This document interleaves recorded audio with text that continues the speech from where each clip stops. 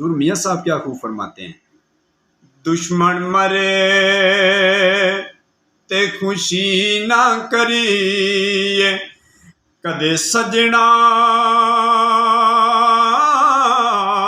भी मर जाना।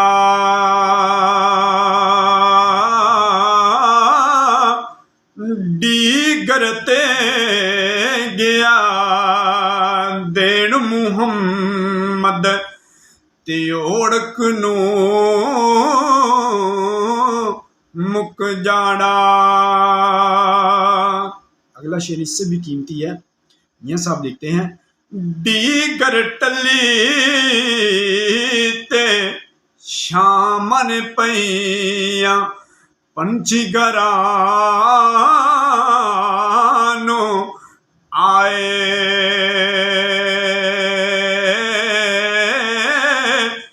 पर ओ नहीं परते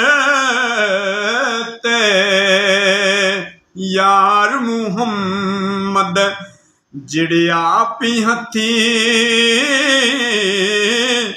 दफनाए। कोई मिट्टी दी टेरिए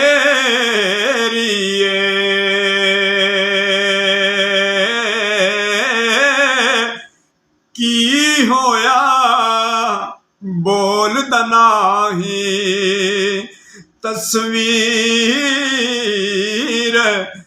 ते तेरिए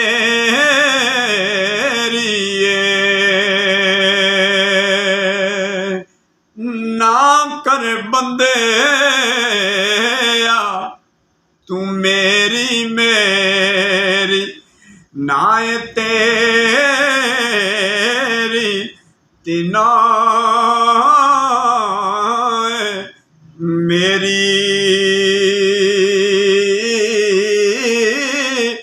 तै जाने एक कोठियां बंगल जद अख लिखान